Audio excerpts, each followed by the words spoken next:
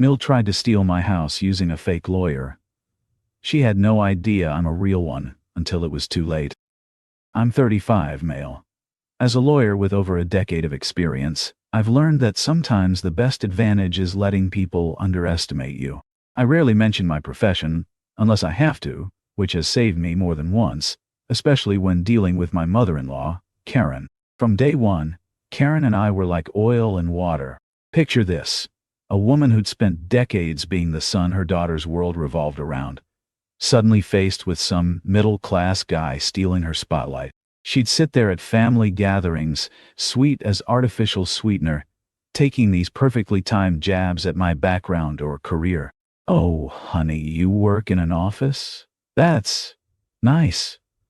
All said with this smile that just dared you to call her out. When I proposed to her daughter, Karen went into overdrive. Suddenly every conversation included a mention of that nice doctor her daughter dated in college. He's chief of surgery now, you know. The fact that she had no clue I was actually a successful attorney just made her little digs that much more entertaining. Everything really hit the fan when we bought our house 3 years ago. It's this beautiful colonial place, a peaceful neighborhood, about an hour from Karen's house. You'd think we'd announced we were moving to Mars, an hour away, but how will I help the grandchildren? Never mind that we didn't even have kids yet. She started showing up unannounced, always with some paper-thin excuse about being in the neighborhood. Yeah, 60 miles from home then, about 6 months ago, Karen started getting weird about the house. It started with these odd comments dropped into conversation, stuff about family property and keeping things in the right hands. At first, we just rolled our eyes. But then she got more aggressive, questioning whether we were mature enough to handle home ownership. Everything came to a head one afternoon when she showed up with this guy who looked like he'd bought his suit from a Halloween store. She waltzed in like she owned the place, which, as it turned out, was exactly what she was aiming for. "We need to discuss some paperwork," she announced, settling in at our dining room table like she was closing on a Fortune 500 merger. "It's about transferring the house into my name. For the family's security, of course." I had to bite my cheek to keep from laughing. Her lawyer, Mr. Clark, started pulling wrinkled papers from a briefcase that had seen better days. Everything about him screamed fake, from his nervous sweating to the way he couldn't make eye contact. I decided to have some fun. Asked him some basic legal questions any first-year law student could answer. Watched him squirm and stumble while Karen kept trying to cut in. "Let's just sign the papers and worry about the details later." Finally, I'd had enough of the charade. Reached for my own briefcase.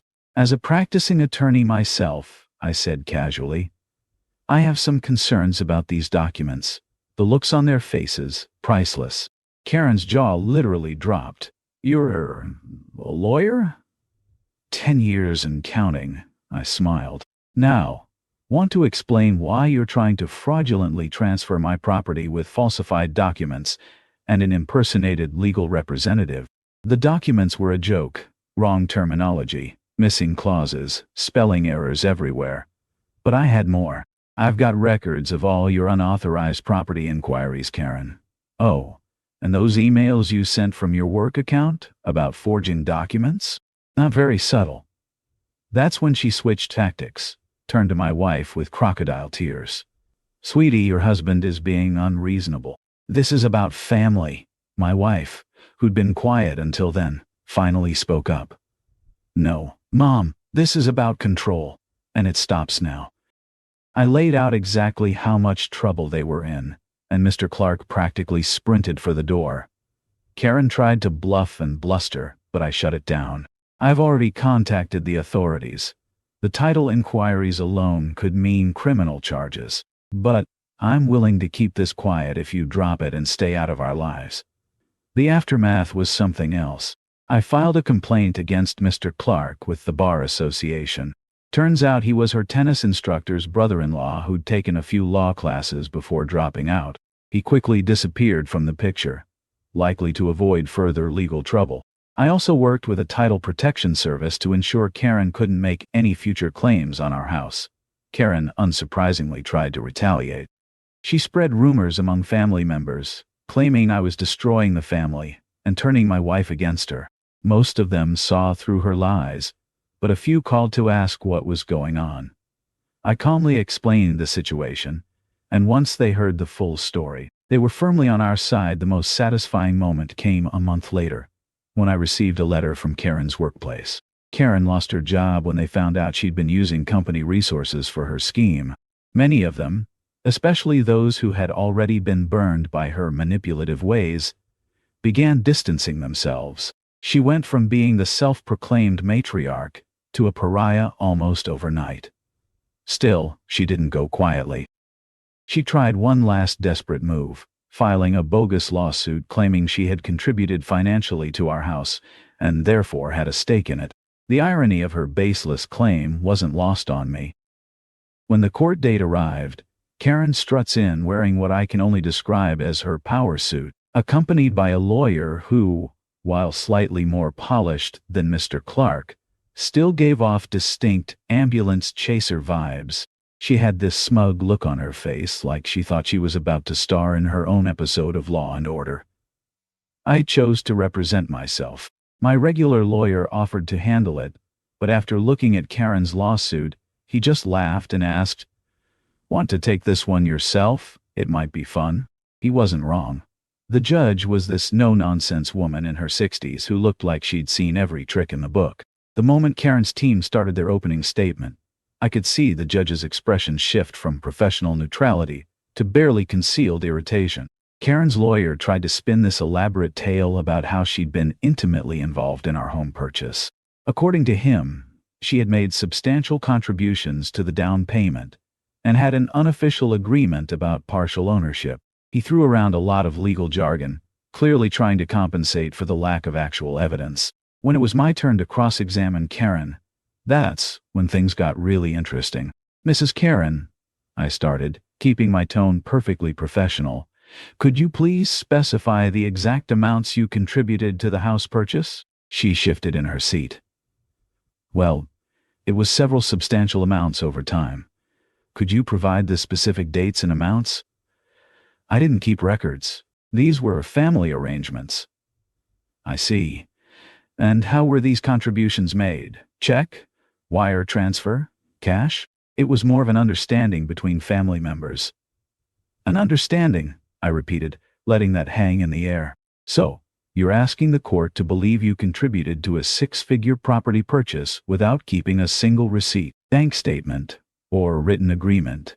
The judge was actually taking notes at this point, none of them favorable to Karen's case. I then pulled out my evidence, complete documentation of our home purchase, including all sources of funds, bank statements showing every penny came from our accounts, the unauthorized title inquiries Karen had made, the fraudulent documents from her previous attempt with Mr. Clark. And just for good measure, the complaint was filed with the Bar Association about her fake lawyer scheme. "Your Honor," I concluded, "what we have here isn't just a baseless claim. It's part of a pattern of attempted fraud and harassment, as evidenced by these documents." Karen's lawyer tried to object, but his heart wasn't in it. He knew they were sinking. The judge took off her glasses and looked directly at Karen. "Mrs. Karen, in my 30 years on the bench, I've seen a lot of frivolous lawsuits. But this," she shook her head, "this is exceptional in its complete lack of merit. Not only is there no evidence to support your claim, but there is substantial evidence of previous attempts to fraudulently obtain this property." The judge dismissed the case with prejudice and ordered Karen to pay all legal fees.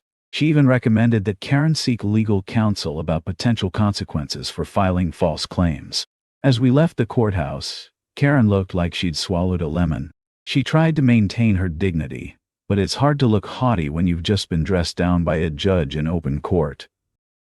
She shot me this venomous glare, but I just smiled and wished her a nice day. In the weeks that followed, Karen retreated into obscurity. Without her job or her family's support, she had no leverage left. My wife and I focused on rebuilding our lives without her interference, setting firm boundaries to ensure she couldn't weasel her way back in. The family dynamics shifted dramatically. Once everyone heard what she'd tried to pull, years of similar stories came out. Attempts to control her sister's inheritance, trying to get power of attorney over their father's estate. She'd been pulling this stuff for years, just never got caught so blatantly before. These days, we keep Karen at arm's length. My wife isn't ready to cut contact completely, but we have strict boundaries. No unannounced visits, no financial discussions, and any manipulation gets shut down immediately. Looking back, I'm actually grateful it happened. My wife finally stood up to years of manipulation, and we came out stronger. Our house isn't just a home anymore. It's a symbol of standing our ground. And here's my advice. When dealing with manipulative family members, don't back down. These people thrive on intimidation, but they crumble when faced with facts and firm boundaries. Sometimes the best defense is letting them think they've got the upper hand, right until the moment they realize they never stood a chance.